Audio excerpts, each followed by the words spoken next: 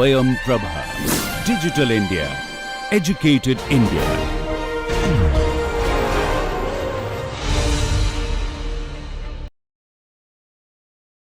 Today, we are going to discuss the dual simplex method, right? So as the name suggests, the dual simplex method, this method is basically, uh, you know, depends on the duality of the linear programming problem, and the dual simplex method follows uh, the steps as if you are solving the simplex method with the help of the dual problem rather than the original problem. So to understand this, let us take an example problem. So here is an example problem. This problem you have already seen, and we solved this problem earlier by using the artificial variables. So this is the problem: minimize z equal to 60x1 plus 80x2 subject to 20x1 plus 30x2 greater than equal to 900, and 40x1 plus 30x2 greater than equal to 1200. So in this particular problem, you see what we have found earlier. In fact, some of the students have also suggested that why not we take the negative of these numbers and then add a variable, maybe a kind of a slack variable, and then solve the problem. The difficulty that we had is that we had negative values. Is it all right? So that is what we found in that time. So before we actually embark upon that kind of exercise, let us quickly see the graphical solution. This already we have done. So this is the line which is 40x1 plus 30x2 equal to 1200. And this is the line which is 20x1 plus 30x2 equal to 900. These are the two axes. And since it's a greater than equal to, so the solution space is here. The solution space is unbounded, but it's a feasible solution space. And the optimum solution is out of those three, boundary points. D evaluates to 3200, B evaluates to 2500, and E evaluates to 2700. Then we said that B is the optimal point because after all that returns the lowest value of Z. So the optimum solution is x1 star equal to 15, x2 star equal to 20, and Z star equal to 2500. Interesting thing to note here that usually the simplex method we always begin at this origin. That means the first table, if you evaluate, the solution will come out to be as 0, 0. But a careful look, it will reveal that neither 0, 0 nor the point in its vicinity, like the point A or point C, they are actually, feasible points. So they are not feasible. What we made in by taking artificial variables, we made them artificially feasible. See, they are not feasible, but by taking two artificial variables, for those two constraints, along with some surplus variables, we started still with 0, 0, artificially made them, and thereafter, we tried to remove the artificial variables, and then we thought that we are going to get an what you known as the feasible point. So that was what we did at that time. So this is how we solved quickly. A quick recap. So we took two artificial variables, and the two constraints, 20x1 plus 30x2 minus x3 plus a1 equal to 900, 40x1 plus 30x2 minus x4 plus a2 equal to 1200. And these are the non-negativity constraints: x1, x2, x3, x4, a1 and a2. They all are greater than equal to 0. So if you look at it carefully, then you will find that the what is the first stable solution actually mean?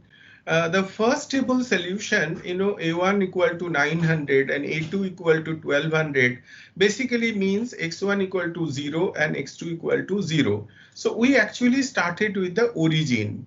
And what is the second solution means? The second solution where we got x1 equal to 30 and x2 equal to 0. It is basically, it is this point. This is this point. That is from O we came to point C. So essentially, what is it that we were solving? We have started with origin, getting which is a good point, but not optimal. Then we came to another point C, which is also not feasible, but better than optimal, because even at point C, the value of the objective function is only 1800. All right, at 0, obviously it's 0. And then finally we went to B, which is the optimal point.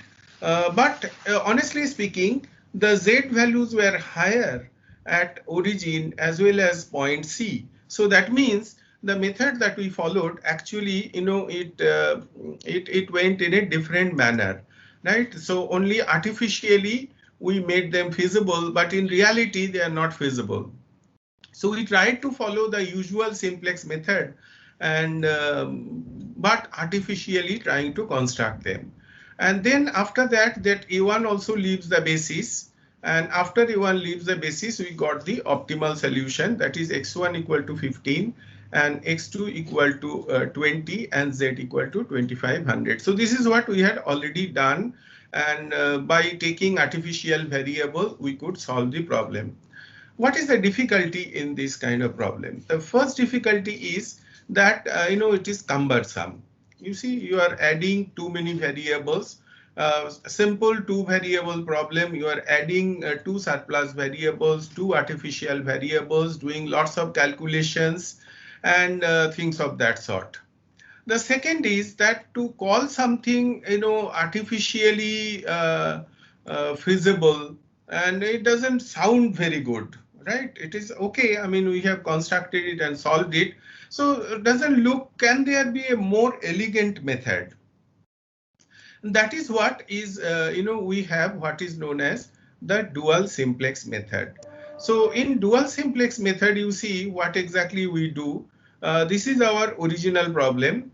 Then the original problem we rewrite by, multiply both sides by -1.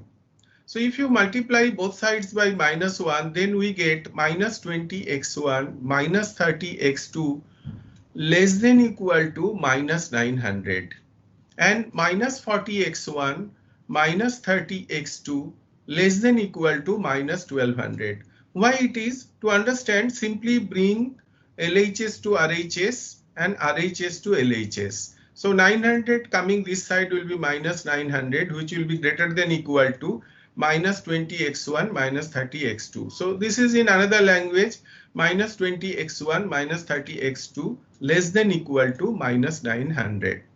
Since it is now less than equal to, we can then add what is known as the slack variable x3. Same thing with the second constant, we add the slack variable x4, and then we get minus 900 and minus 1200, and we have our non-negativity constants. So if we make augmented problem in this manner, what are the pros? What are the pros and what are the cons? What are certain advantages? Advantages, we have less number of variables. We got canonical form with the slack variables themselves. Is it not? The thing looks very elegant and simple. But what is the disadvantage? Disadvantage, you can see, which is the most important disadvantage, the values are all negative. What is the meaning of first solution where the values, that means x3 equal to minus 900 and x4 equal to minus 1200? Yes or not? That doesn't look very good. So these are the some of the advantages and disadvantages. So, but in order to proceed, since this is a dual feasible, it is a dual simplex method. In order to solve this problem, we have to have an additional requirement also. And what is this additional requirement? The additional requirement is that this problem must be dual feasible. Now, this is very interesting, that what is dual feasibility then? So what exactly I am saying, that a problem can be solved by a dual simplex method if the problem is dual feasible. What is dual feasibility then? If the Cj minus Zj values of a simplex table have the right signs for optimality, then the table is dual feasible. So this is one way of looking at dual feasibility. So when we are solving a minimization problem, a dual feasible table will have all Cj minus Zj values as positive. And when we are solving a maximization problem, a dual feasible table will have all Cj minus Zj values as negative. So who will tell me that if in a minimization problem we have all Cj minus Zj values as positive, what does it indicate? So in a minimization problem, if all Cj minus Zj values are positive, it actually represents an optimal solution. Similarly, in a maximization problem, if all Cj minus Zj values are negative, it actually represents an optimal solution. So what exactly is that? The dual simplex method actually moves in an opposite direction. What is that opposite direction? While the usual simplex method moves from feasibility to optimality. So basically we are looking for optimality. The initial table is not optimal but feasible. So we are keeping the feasibility intact. By keeping the feasibility intact, we are trying to achieve optimality. The dual simplex method, on the other hand, does the opposite. It is already optimal. In fact, it is better than optimal because all Cj minus Zj values are positive in a minimization problem. So it is already optimal. In fact, better than optimal. But how to, retain optimality while looking for feasibility? Now, question is not just feasibility. It is by retaining optimality. So this is important. So if you get a feasible solution, by quickly changing certain things, you might get a feasible solution, but it may not be optimum. So that is also another kind of problem that actually can happen, that you can have a situation where we have an optimum solution, we have a final solution which is feasible, but a better optimal solution might exist, because what happened, you have reduced optimality to a great extent, you got a feasible solution, but the problem is no more optimal. So better than optimal, just optimal. That is where we have to stop. So that is a additional criteria that is also required. So anyhow, currently I am talking about dual feasibility.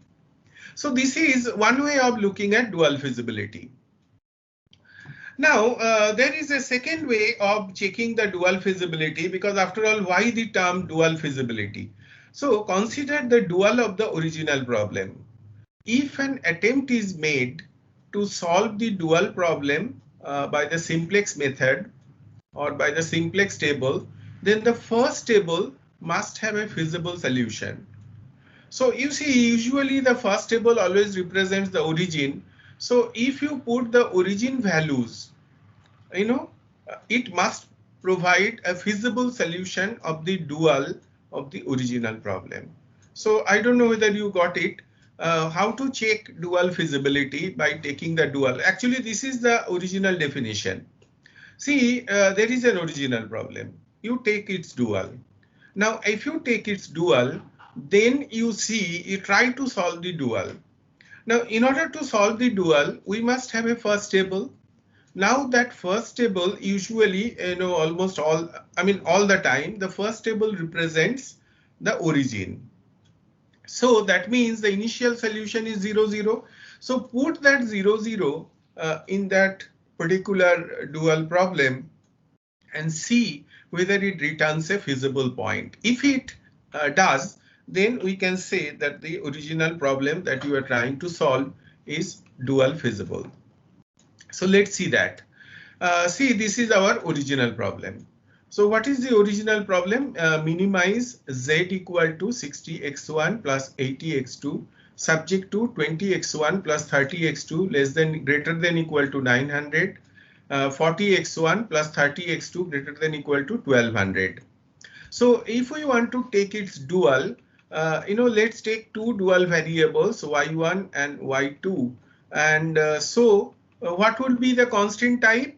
Constant type should be greater than, less than, equal to, because both the constraints, non-negativity constraints are here, x1 and x2, they are all greater than equal to 0. So because they are very much like, or in the standard form, so the dual problem, which is going to be a maximization problem, should also be in the standard form as far as constraints are concerned. Now, as far as variables are concerned, since the constraint types of the original problem are in the standard form as far as minimization is concerned, so greater than equal to 0. So in the dual problem, the variables should be also in the standard form. That means they should be greater than equal to 0. So we have the dual problem now.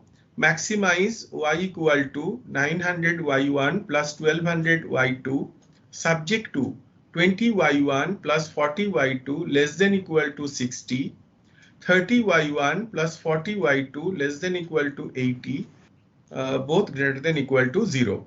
So if is the origin a feasible point of this dual problem? Can you find this out? Okay. See, if you put 0, 0, I put y1 equal to 0, y2 equal to 0. I find the LHS equal to 0. 0 is less than equal to 60. I put y1 equal to 0 and y2 equal to 0. So I find again LHS equal to 0, which is less than equal to 80. So that means, and also y1 and y2 greater than equal to 0. So 0, 0 also satisfies. So that means the origin is a feasible point of this dual problem, isn't it? So what it actually represents? What it actually represents is that, this original problem is dual feasible. Is it all right? So this original problem is now can be shown as to be dual feasible. Clear? So now tell me, if this dual problem is the primal, then is this problem dual feasible? Think about it. This is also a problem. Let us call it the primal problem. Is it dual feasible? It is not dual feasible, because see, if I take the dual, then I get the primal, the original, that means this problem, and 0, 0 is not a valid solution of this particular problem. So therefore, although for this problem is dual feasible, this other side is not dual feasible. So anyhow, that doesn't matter. We are solving actually this problem. So as long as this problem is dual feasible, this is good enough. So what exactly I am trying to convince you by so much logic is that the dual simplex method is a very good and interesting method and elegant method, but this method is having an applicability issue. And what is that issue? That the problem must be dual feasible. Now, is it necessary that always we have to take the dual and then check whether origin is feasible or not? Not required. Only thing that you do, you just see the first table, and if the first table is not already optimal, then you say that the problem is not dual feasible, and therefore the dual simplex method is not applicable. So is origin a feasible point of this dual problem? Yes. So therefore we can go ahead. Now, why dual feasibility is important? Usual simplex method solves an LP problem by beginning from a feasible solution, that is origin, and then searching for optimality while maintaining feasibility throughout. I already said that.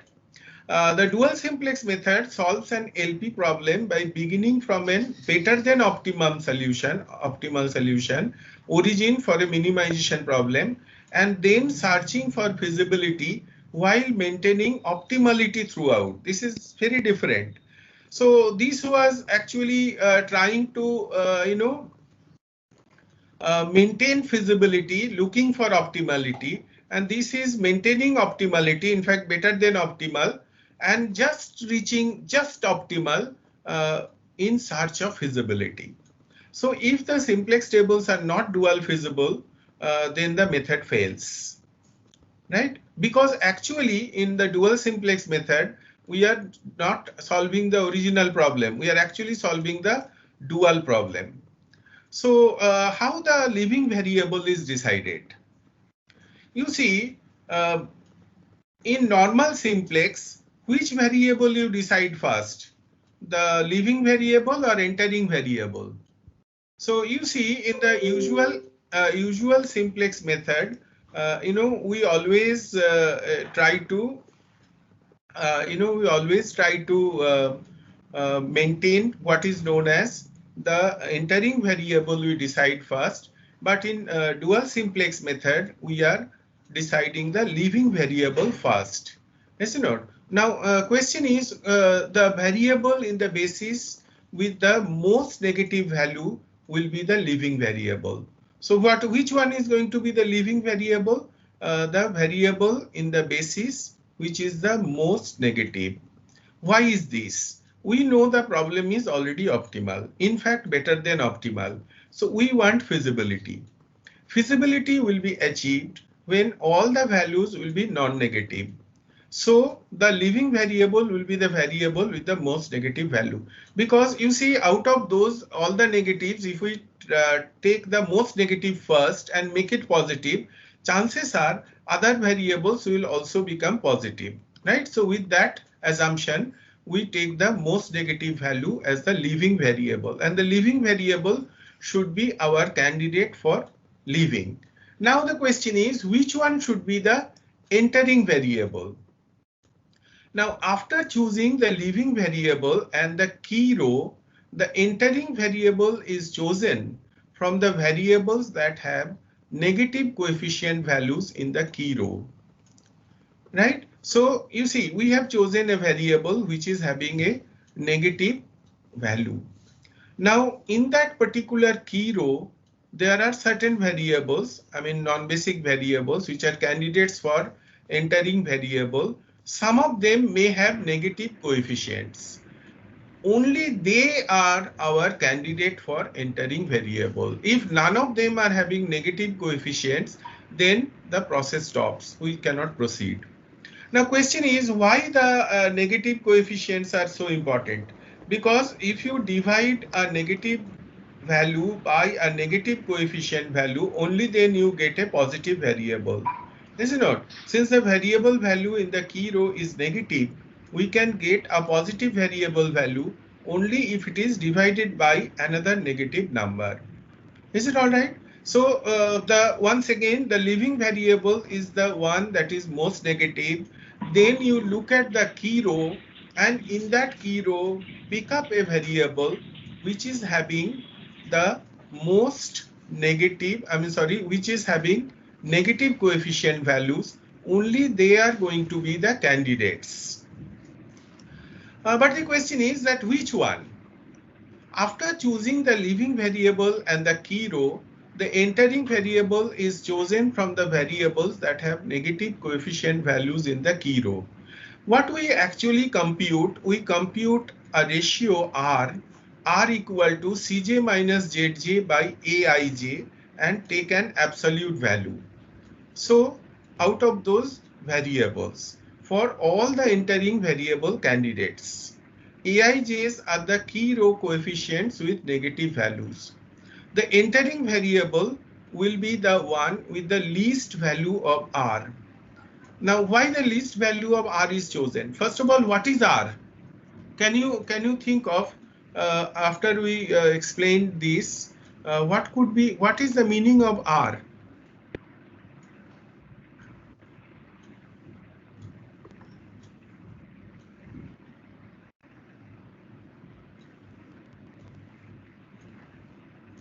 Have you understood what is R?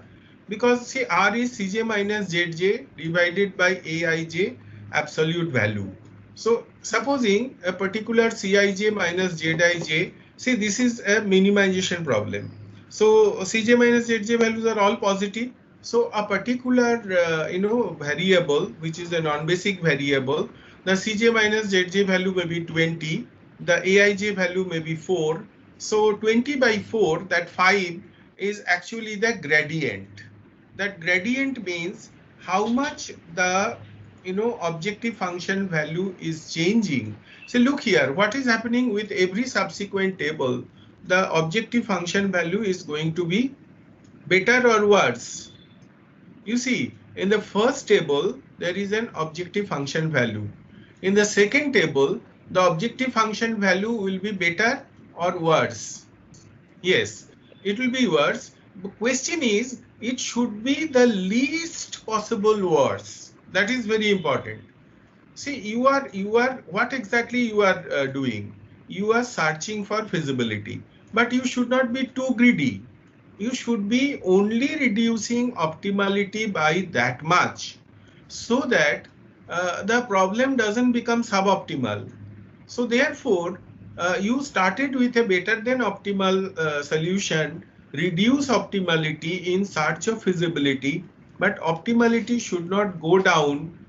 In fact, at every stage, optimality should be going down by the least amount. Is it not? So therefore, you should move in that direction where gradient is the least, right? So this is exactly what is happening here. So that is written here. The dual simplex method begins with a better than optimal solution. It is striving to achieve feasibility while maintaining optimality at all points of time. In each subsequent table, the optimality is reduced in search of feasibility. One should not be greedy. If optimality is reduced too much, we may get a feasible but suboptimal solution. Is it not? So the reduction of optimality should be minimum possible at each stage. Thus, we choose the leaving variable as the one corresponding to the least value of R. So R is just a name I have given. It is nothing but absolute value of Cj minus Zj by Aij. Is it not? So this is the logic. We'll revisit this particular slide once again. All right.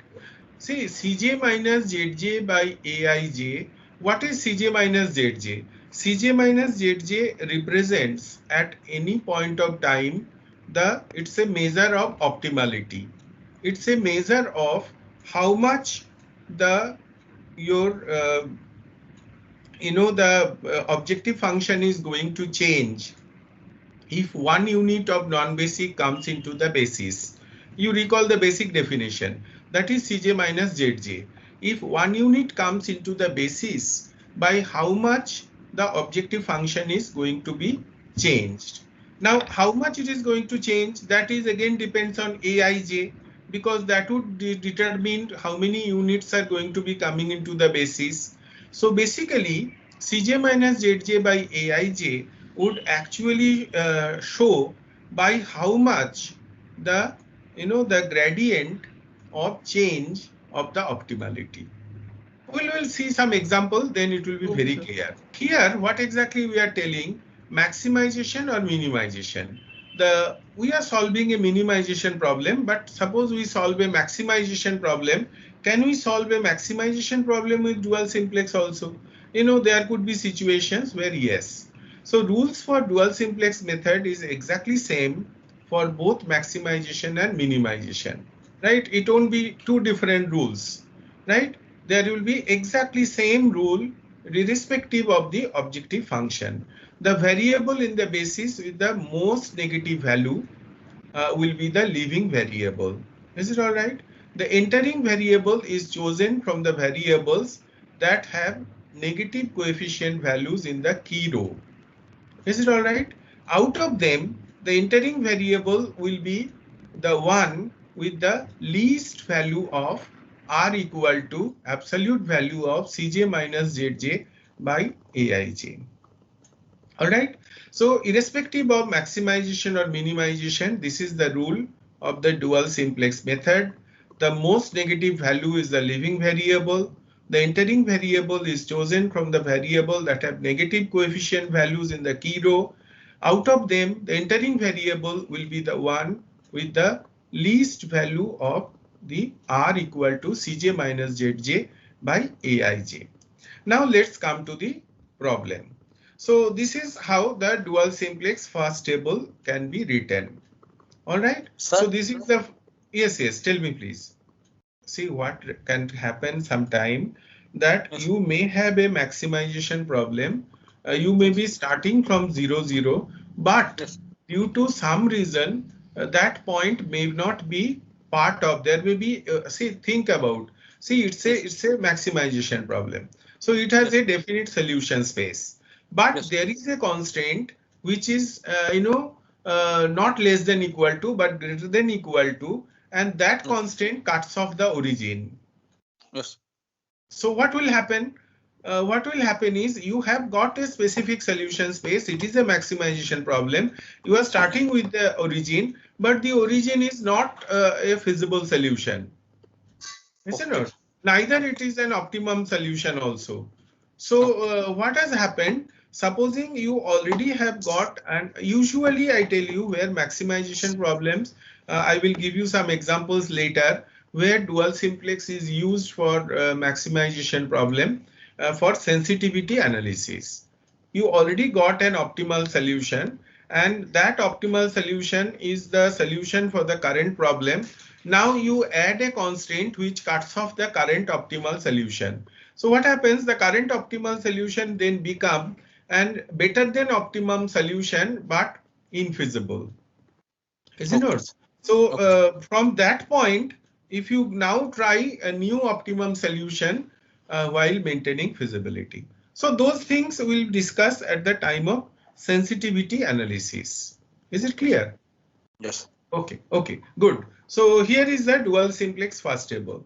So in this dual simplex first table, as you have seen, the basis is written as x3, x4.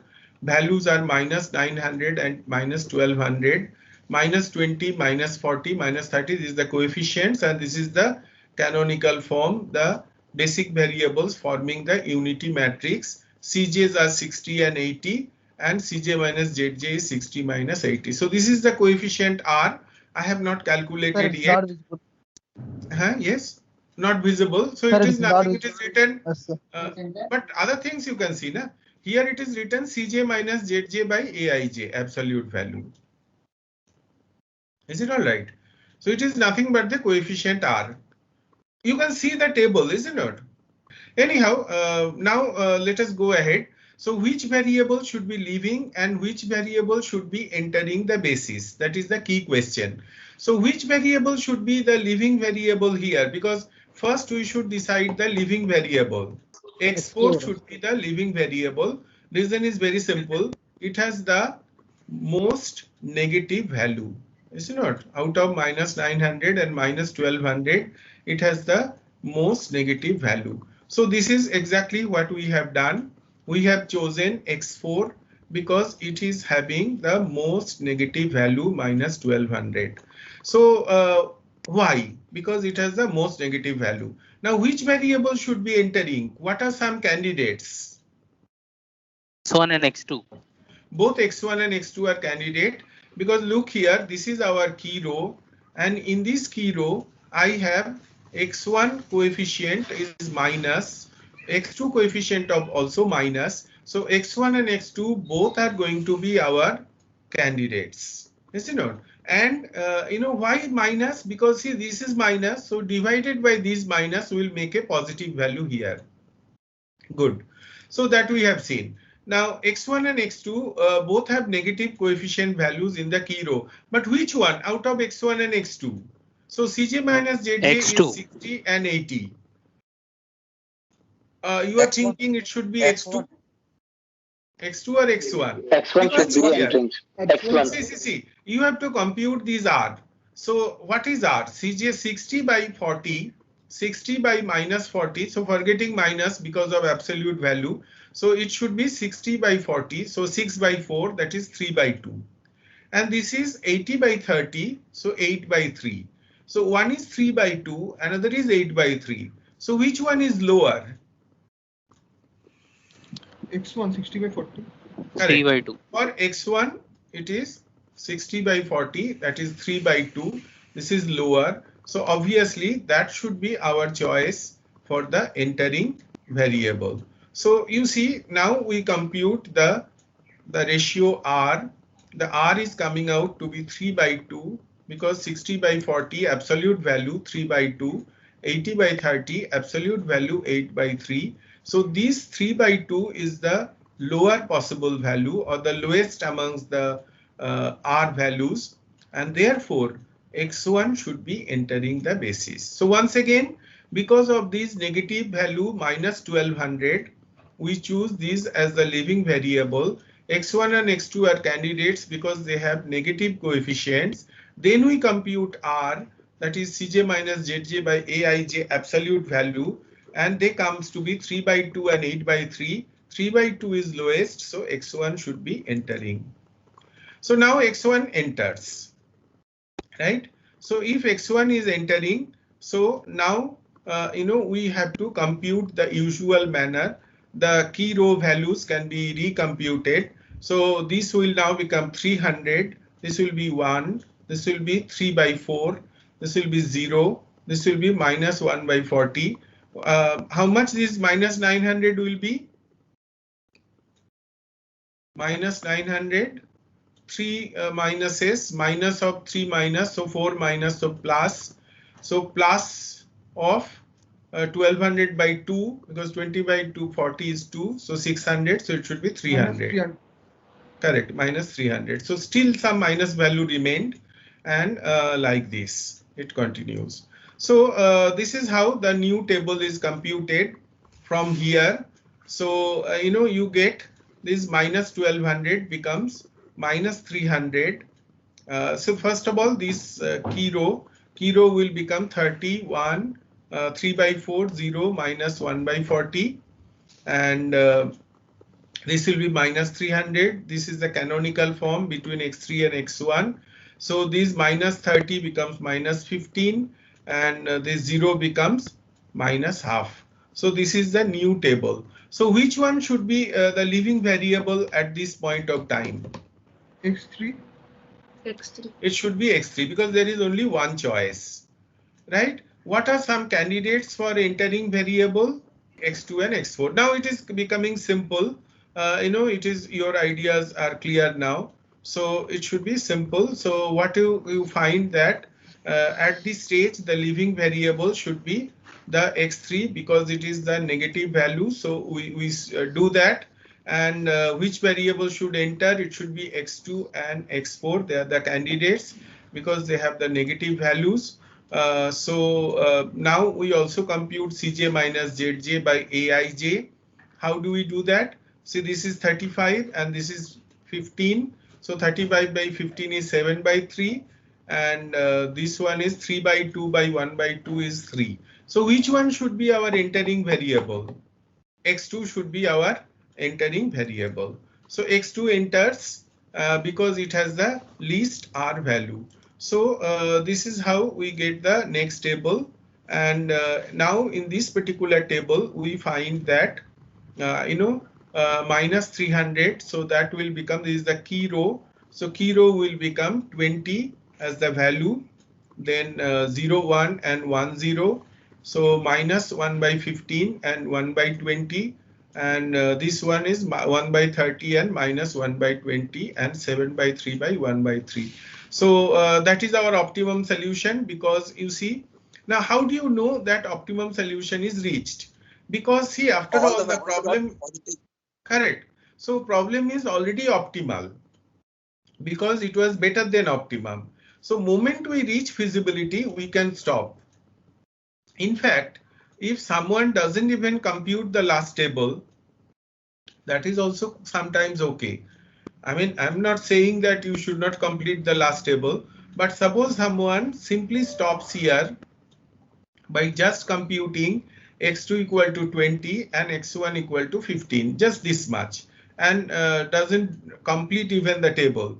Look here, because after all it's an what is known as dual simplex method, and the cj minus zj values that are being computed, that are always going to be positive in a minimization problem, and we are seeing to it that those values are reduced by the minimum amount so as to keep them within the optimum range, and just look for feasibility. So moment feasibility is obtained, we can stop computing the values. All right, so that's what happens. X2 enters the basis, X3 leaves the basis. We get the optimum table in the third table itself, and the optimum solution is 1520. The solution is same that we have obtained using the artificial variables. Isn't it? The same solution we have obtained. So this is how you can use the dual simplex table. So here is a quick recap. Note that the optimum solution is obtained moment we could get a feasible solution. As all the variable values become positive, we got the optimum solution. In fact, the solution were better than optimal. We were looking for feasibility. As feasibility is obtained, the process stops. Right. Now, before we stop for today's class, I want to ask you a question. And that question is that this method is interesting and good that we understand. Instead of solving the optimality, while maintaining feasibility, we are maintaining optimality and looking for feasibility. That is also understood. Instead of leaving entering variable first and leaving variables next, we are doing the opposite.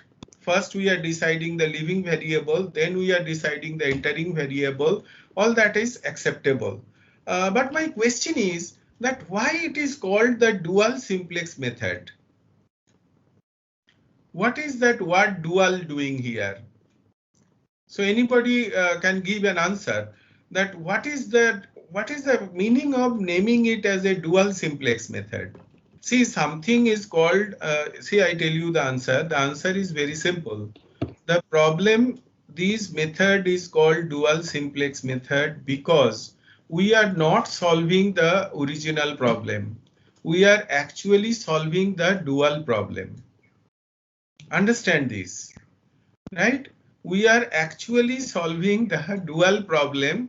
We are not solving the primal problem.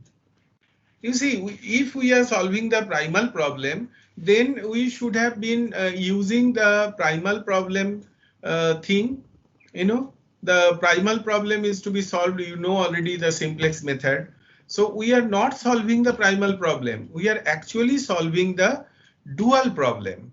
So you see, let us go back to our dual problem once again.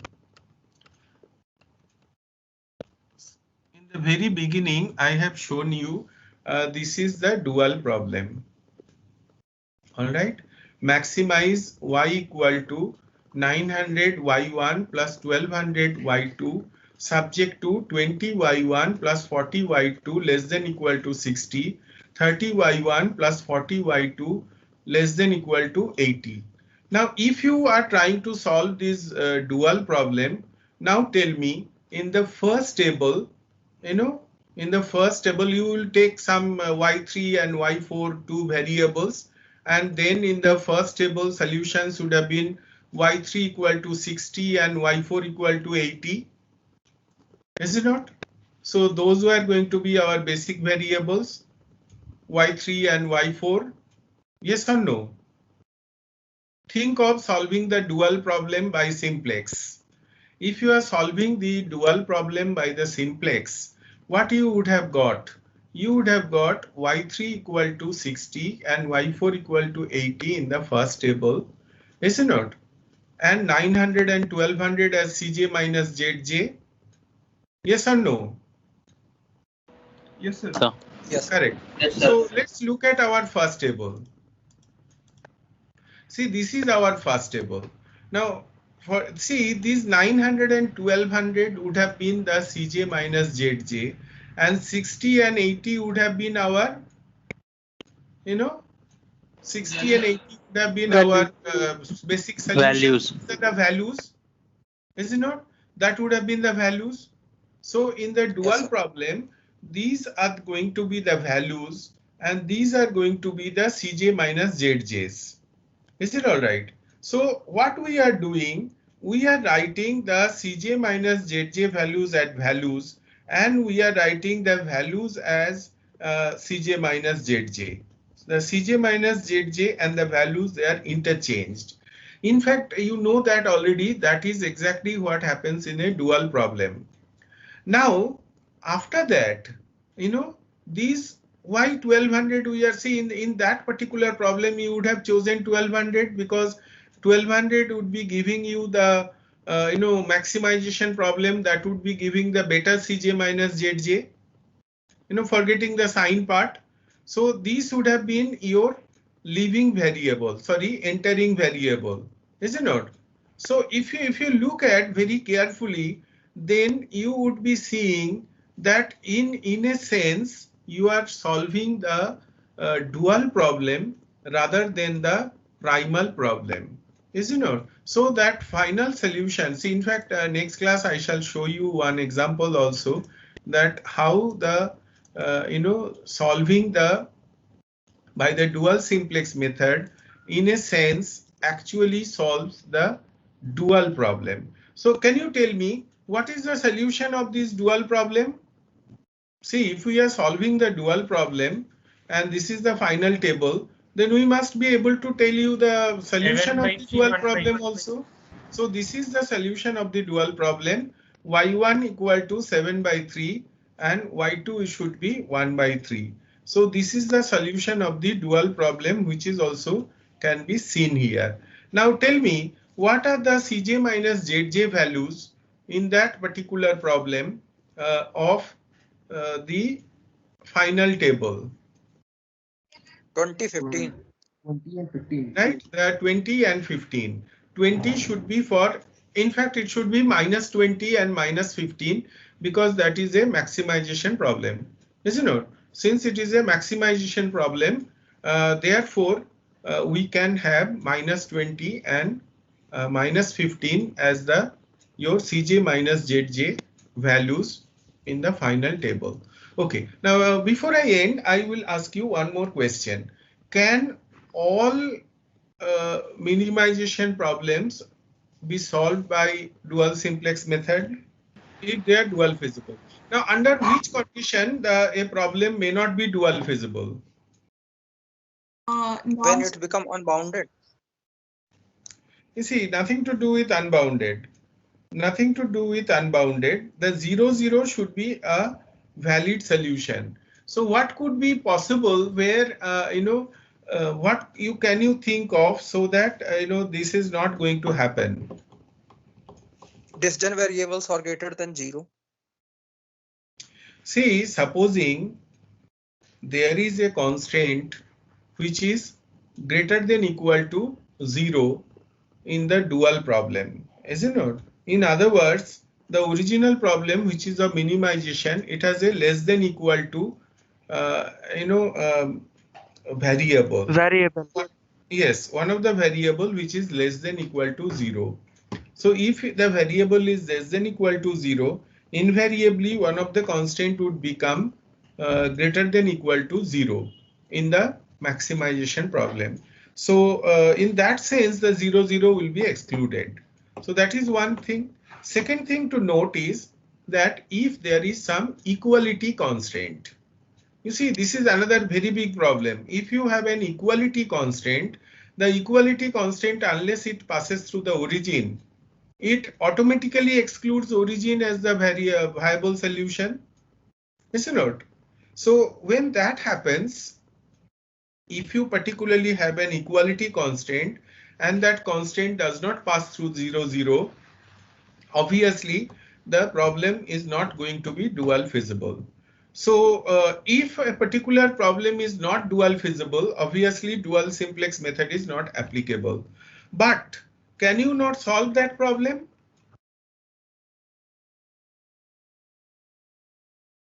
Suppose a particular problem you are trying to solve by dual simplex method and you cannot solve. All right, cannot solve. So can there be a solution to that problem? Can Normal some simplex other method be applied? artificial. Yes, yes. The normal routine, normal procedure we follow with artificial Normal means variable. artificial variable root, the B game method. So B game method will come to your rescue. You can still try the B game method, and if the problem has a feasible solution space and it's not unbounded solution space in a maximization problem, or there are other difficulties, then solution should be possible to find, right? So this is in a nutshell, I tried to cover the dual simplex method today, and I hope you have understood very quickly. All I have said is that this is a method where we are solving not the primal problem, but we are solving the dual problem.